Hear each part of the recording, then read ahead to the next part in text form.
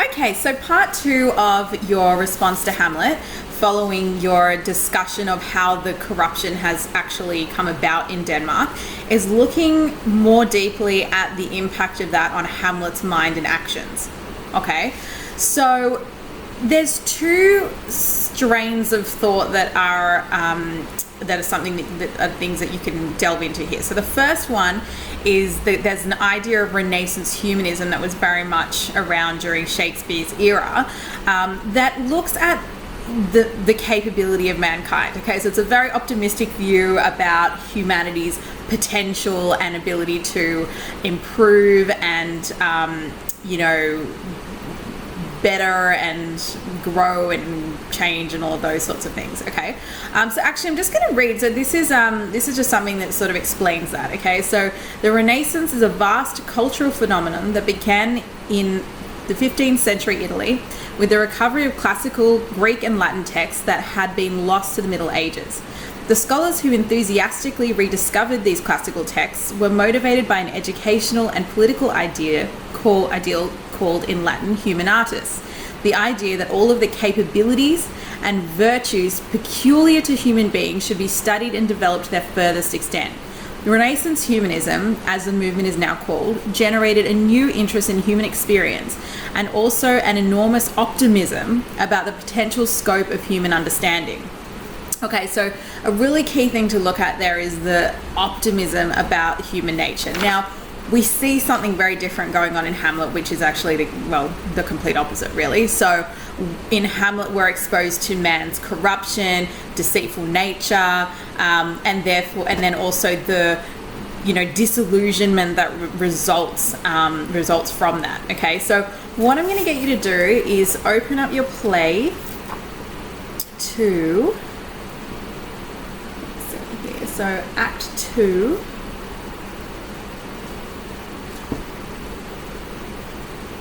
Act 2, Scene 2, line 277. Okay, and if you have this one, it's page 142. Okay, so this part is just shortly following when Rosencrantz and Guildenstern have come to obviously find out what's going on with Hamlet. Okay, and Hamlet starts to go into how his view of himself and the world has actually shifted as a result of all the things that we've seen that happened at the beginning. So Hamlet says, "I will tell you why. So may anticipation prevent your discovery, and your secrecy to the king and queen moult no feather." He says, "I have of late, but wherefore I know not," which is not really true because I think we know how he's actually come about or how this change of mind has actually happened. But this is what he pretends to Rosencrantz and Guildenstern. So, "Wherefore I know not, lost all my mirth, forgone my all custom of exercises, and indeed it goes so heavily with my disposition that this goodly frame, the earth, seems to me a sterile promontory." Okay, so if we just go back to lost all my mirth. So clearly he's identifying the fact that he's lost his, so mirth is going to be like your happiness, your desire to live, any enthusiasm about that. Okay, so that's what's been lost for him. Okay, he's forgone all custom of exercises, so anything that he was used to or he used to do, he no longer does. And indeed it goes so heavily with my disposition that this goodly frame, the earth, seems to me a sterile promontory.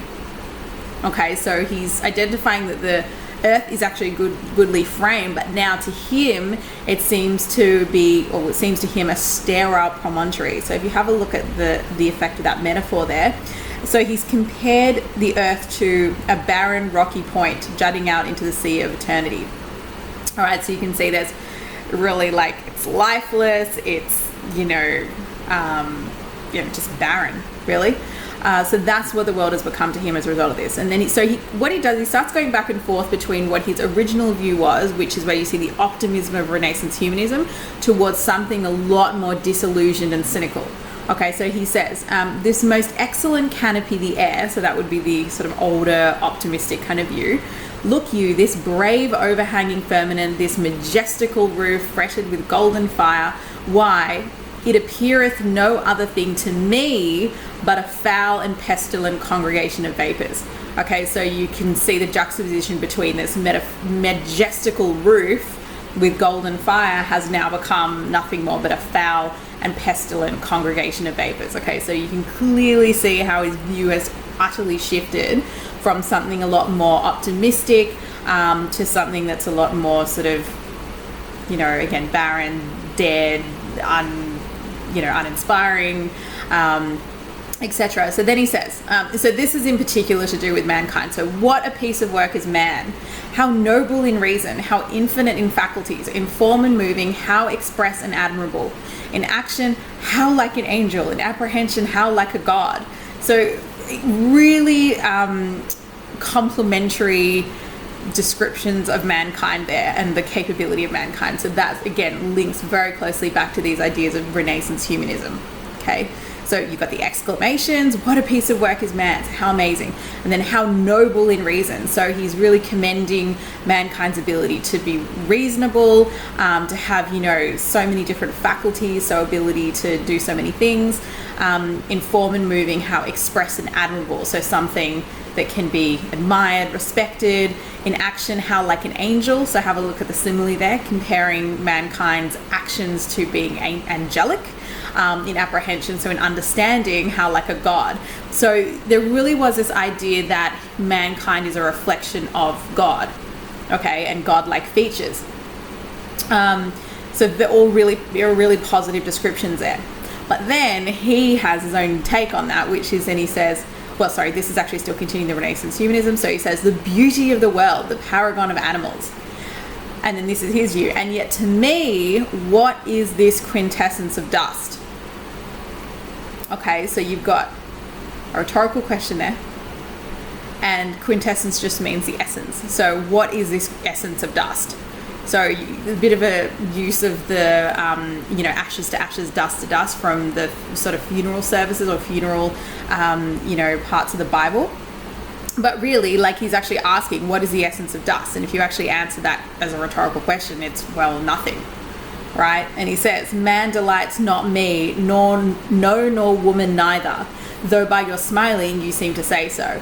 Okay, so while you have this view in his period that mankind can be amazing, be great, be inspiring, be, noble, like a god, like an angel, to him, he's like, well, what's the essence of nothing?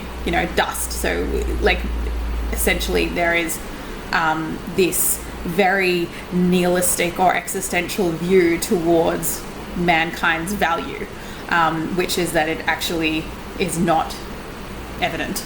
Okay, which is very contradictory to his context, which is being quite religious, that mankind is suggesting that mankind is the reflection of God, and he's obviously saying that that's really not necessarily the case. And he says, "Man delights not me," which is not surprising at all, given what he's witnessed his uncle do, his mother do, and his father's been murdered, and they're the closest people to him. Okay, so again, not surprising that he's actually had this shifted view. And so I'm just going to continue reading these notes here on that. So we've got this whole idea. So we established the idea of Renaissance humanism. I'm just going to read a little bit about that shifted skeptical strain of humanism that started emerging, which is where we see Hamlet's, like we see reflected in Hamlet's view towards the actual, I guess, worthlessness or insignificance of humanity. For Hamlet. So he says, this is just some notes on it. So as the Renaissance spread to other countries in the 16th and 17th centuries, however, a more skeptical strain of humanism emerged, stressing the limitations of human understanding. For example, the 16th century French humanist Michel de Montaigne was no less interested in studying human experiences than the early humanists were. But he maintained that the world of experience was a world of appearances, and that human beings could never hope to see past these appearances into the realities that lie behind them. Okay, so that's really just going back to the idea of illusion versus reality. So where you've already mentioned the duplicitous nature of man, where you've got this appearance that is there versus what's really going on. What these guys suggested is that, you know, we're actually limited by an inability to really actually see the truth behind, you know, the reality of life, of humanity itself. So going on with that, this is the world in which Shakespeare places his characters. Hamlet is faced with the difficult task of correlating and correcting an injustice that he can never have sufficient knowledge of, a dilemma that is by no means unique or even uncommon. And while Hamlet is fond of pointing out questions that cannot be answered because they concern supernatural metaphysical matters, the play as a whole chiefly demonstrates the difficulty of knowing the truth about other people, their guilt or their innocence, their motivations, their feelings, their relative states of sanity or insanity. Okay, great. So that was just, you don't need to use a lot of those notes. I just wanted to give you a bit more of a background so that it would give you something else to, or just some background to be discussing these two ideas from that period. So just to recap that, it's the Renaissance humanist view of humanity and of man's existence versus the more skeptical strain of humanism. Okay, just going back to humanism, which is a study of humanity, you know, the human condition. Okay, great. So from there, so you can already start seeing Hamlet's view becoming extremely despondent. Okay, so we already saw that there. And then in his later soliloquies, he really goes into that in a lot more detail. Okay, so just continuing on that idea, just go to Act 2, Scene 2, line 501. Okay, so that's page 152 in this one. And I guess what's quite ironic is that although we don't necessarily see, we can't necessarily distinguish the difference between illusion versus reality, or appearance and reality. So again, going back to the idea that, you know, Claudius is a liar, so is Gertrude, and then Hamlet starts seeing everybody that way, someone that's out to either trick or deceive him. He actually is doing that to everyone else as well. So in that last passage we just read, he's actually taken on, or he's putting on what we call an antic disposition, which is pretending to be mad so as he can find out more about whether or not Claudius is actually guilty. Okay, and then even more so, like we see the truth about what's actually going on with him when we look into his soliloquies. Okay, so the soliloquies are so valuable because they give us a really authentic view into Hamlet's, I guess, internal state, like what's going on with him internally, in his mind, mentally, psychologically. So he says, I so God by to you. Now I am alone. Oh, what a rogue and peasant slave am I. So this really signifies the fall of Hamlet from a prince, someone who's a royal, someone who has been charged with the responsibility of restoring order, both within his family and within his state and within the godly structure of the kingdom, to now he's just this, you know, rogue and peasant slave. So that's what he's compared himself to. So not only does he compare himself to a slave, he goes on to talk about, or to compare himself to an ass, a scullion, which is a domestic service of the lowest rank. He compares himself to, this one's my favorite, where is it? He says, must like a whore unpack my heart with words. So he's just now similar to a whore who's doing nothing but speaking and actually just taking no action. So the fact that he hasn't been able to carry out this revenge yet, which from a chivalric perspective or from a medieval perspective is extremely important for him to actually do, his whole life has just become completely degraded. Okay, so that's the thing to note there, and you can see a number of different techniques there. All right, so whether it be, you know, the metaphor, comparing himself to a peasant slave, the simile, that he is just like the whore, unpack my heart with words, metaphor again, an ass am I.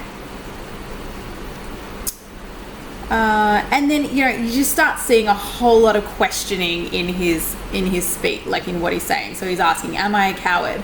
Who does me this? Like, what's going on here? So there's just so much uncertainty, and it would be great for you to actually contrast that with what I initially did talk about from last week, which was the certainty that he has about how he's going to take action right after he finds out that his father's been murdered. Okay, so just to remind you, he initially said in Act 1, Scene 6.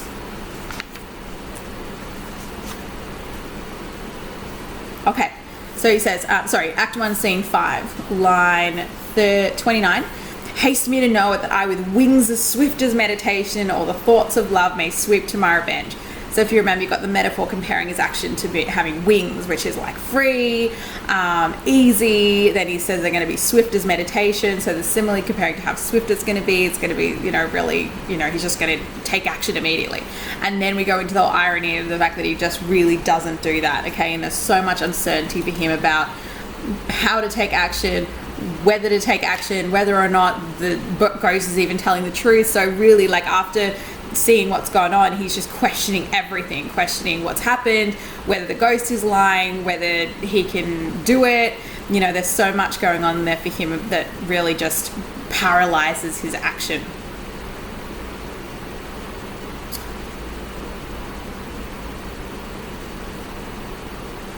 Despite the fact that he's got plenty of motivation. So he does say that at line 535, Act 2, Scene 2, why what an ass am I? This is most brave that I, the son of the dear murdered, prompted to my revenge by heaven and hell, must like a whore unpack my heart with words. Okay, so it's even a divine necessity for him to be taking that revenge. So prompted to my revenge by heaven and hell, but he still isn't doing it. Okay, and then back to the uncertainty he has. So line 550, the spirit I have seen may be a devil. The devil hath power to assume a pleasing shape. And then, you know, and then he goes on to actually figure out some kind of plan of how he's going to really find out what's actually happened there. Cool. All right, great. So that should give you enough to keep going. So that should be the next two ideas. You could possibly split that into two paragraphs itself. What you could link to in relation to that despondent view he has, so the whole, oh, what a rogue and peasant slave am I, is to start bringing in ideas from the to be or not to be soliloquy. So, you know, he even starts questioning the value of living life itself through the, you know, as a result of all of the, you know, atrocities he's actually witnessed. Okay, so I'll leave that part for you to do. I'm sure you've done it to death in class anyway. And let's see what you come up with for the next week. Also, I've just shared an article with you. It actually does, there's a number of things that cross over from what I've said, but the way it's written is actually it's very well written, and it will link very well into what we've actually spoken about. So see if you can use some of that as well and integrate that into the next response that you come back with.